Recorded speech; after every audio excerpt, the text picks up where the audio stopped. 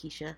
Thank you for your post. I really appreciate you sharing scripture along with it because I sincerely believe that scripture is what grounds us and what keeps us focused on the truth. However, I was wondering what would your process be for someone who is extremely spiritual but does not have the same concept of God or the same belief in God that you do? Perhaps they're um, Muslim or Buddhist or some other type of have some other type of religion. How could you introduce some of these methods to them without imposing your own belief on them? Um, I know for me, one of the things I thought about was really just honing in on the spiritual practices, especially if I'm not aware of where that person stands spiritually in regards to their religion.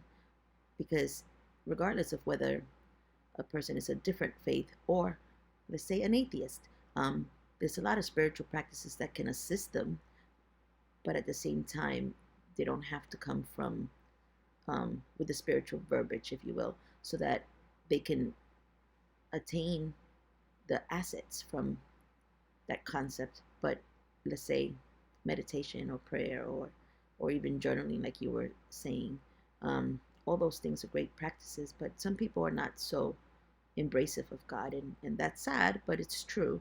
And we still want to help them. So I was wondering, what would be your the ways that you would assist the person that fits that mold. Another question I had, as I was reading your post, you said temptation necessarily includes not only undesirable but illicit and transcendent levels of experience. What do you understand that to mean as far as illicit and transcendent? Um, those to me seem a little like, I don't know if they're opposites, but but they not exactly in the same transcendent meaning outside of the physical realm.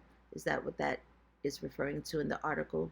I wasn't 100% sure, but I figured that that may be what it's referring to. Um, and I do understand that temptation is not always what somebody wants in the sense of, well, I want these drugs, I desire to take drugs, but the temptation comes from outside forces. Um, so then, in that case, what would be the how would you guide somebody who's experiencing these temptations, but is really fighting against um, giving way to them, but also who or somebody who just likes the feeling. There's also that opposite side who likes the feeling of being high and therefore is going after it, but perhaps they're seeking help as a result of court order or um, medically medically charged instead of their desire to change and to grow.